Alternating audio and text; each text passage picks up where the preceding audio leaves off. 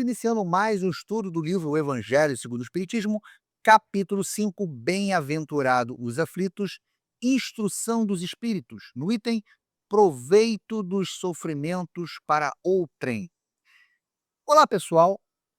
Hoje a gente vai bater um papo sobre um texto incrível de São Luís, lá de 1860, que faz a gente repensar aquela ideia de que sofrer é um problema só nosso.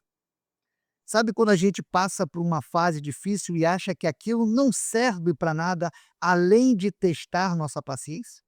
Pois é, o texto mostra que a forma como a gente encara as pedras no caminho pode sim ajudar muita gente. A ideia central aqui é que a dor não precisa ser um processo egoísta. Quando a gente aceita os desafios de cabeça erguida e com fé, a gente acaba ajudando os outros de dois jeitos. Na prática, através do nosso esforço e dos sacrifícios que fazemos pelo bem-estar de quem está perto, e no emocional, servindo de espelho. Imagina alguém que está quase desistindo de tudo e de repente olha para você enfrentando um problemão com serenidade e com confiança em Deus. Esse seu exemplo pode ser o bote salva-vida que tira essa pessoa do desespero e evita que ela tome decisões ruins que iriam prejudicar o futuro dela própria. No fim das contas, a nossa postura diante da vida é uma lição viva que pode amparar e salvar quem está ao nosso redor. Sejam todos muito bem-vindos a mais esse estudo. Os que aceitam resignados os sofrimentos, por submissão à vontade de Deus e tendo em vista a felicidade futura, não trabalham somente em seu próprio benefício, poderão tornar seus sofrimentos proveitosos a outrem? Veja que aqui Kardec, com essa pergunta que ele faz a São Luís, tem o objetivo principal de questionar o caráter aparentemente individualista do sofrimento e também da busca pela salvação. Muitas vezes, a busca pela evolução espiritual ela é vista como um caminho solitário de autoaperfeiçoamento. Então, a pergunta que Kardec faz, ele provoca no leitor um despertar para pensar: se sofro com paciência para ganhar o céu, será que eu não estou sendo apenas egoísta? O texto levanta uma reflexão sobre a utilidade social e coletiva da dor.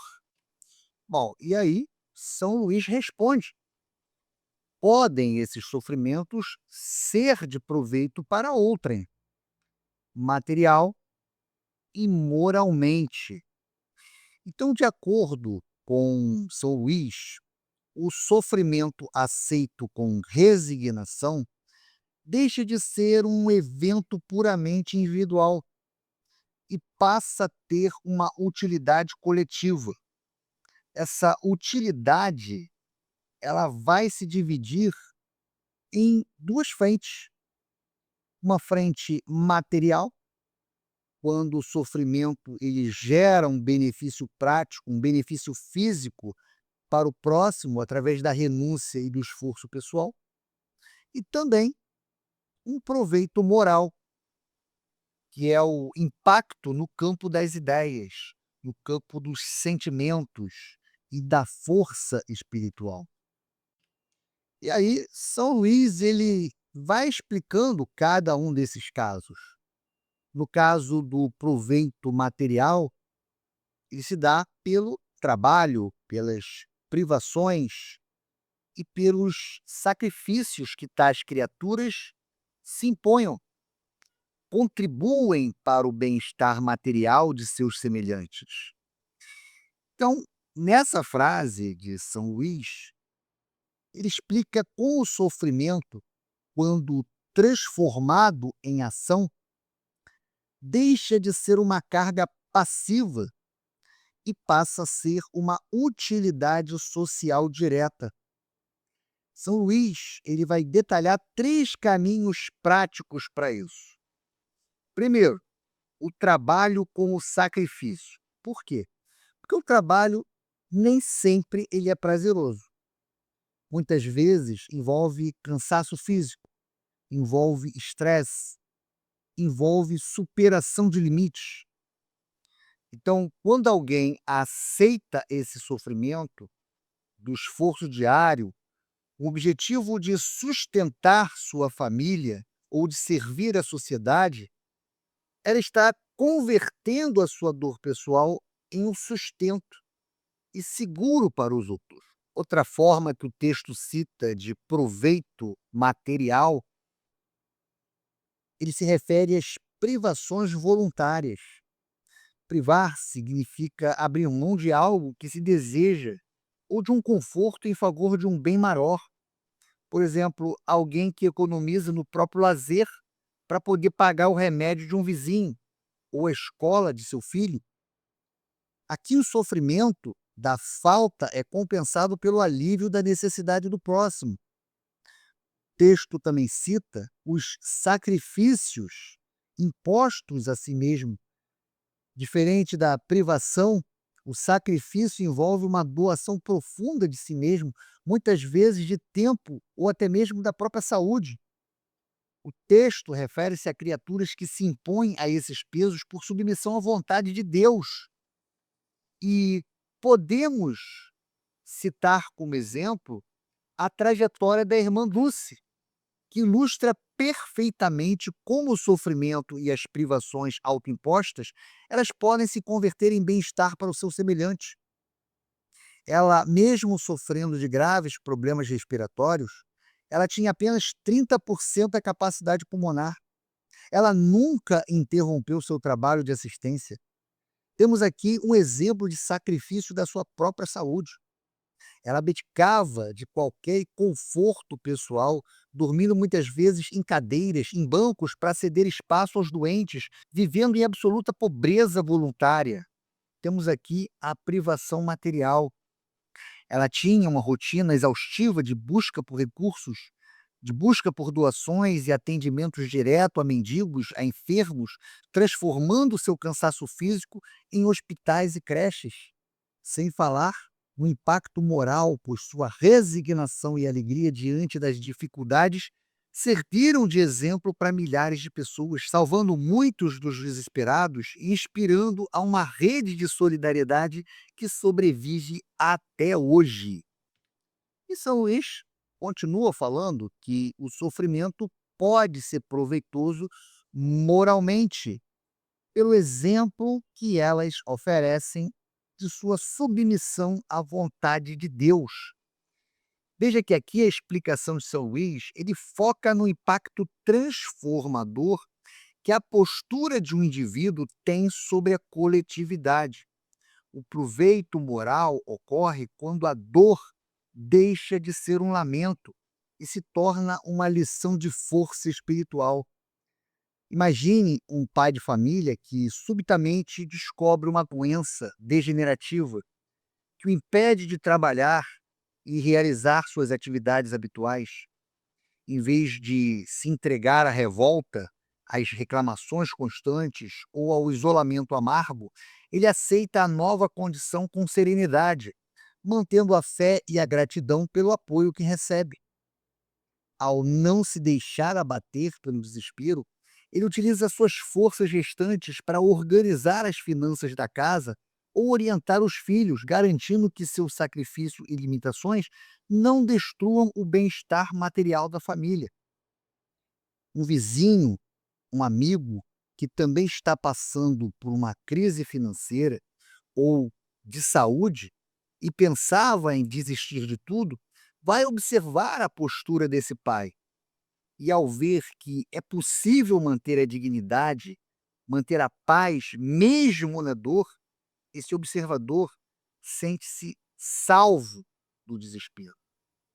Então, nesse caso, o sofrimento do pai não foi útil apenas para a sua própria evolução, mas serviu como uma lição viva que impediu que outras pessoas caísse em consequências funestas, como a depressão profunda, como o abandono de suas responsabilidades. O proveito moral é uma forma de caridade que não exige dinheiro, mas integridade. Oferecer ao próximo a visão de uma alma que confia em Deus e dar-lhe um norte ou uma esperança de que a felicidade futura compensa as lutas atuais. Esse exemplo do poder da fé espírita pode induzir os desgraçados à resignação e salvá-los do desespero e de suas consequências funestas para o futuro. Então, essa frase de São Luís mergulha na responsabilidade espiritual que nós espíritas temos uns com os outros. Ela explica que o sofrimento, quando vivido com dignidade, torna-se um antídoto contra o caos emocional alheio.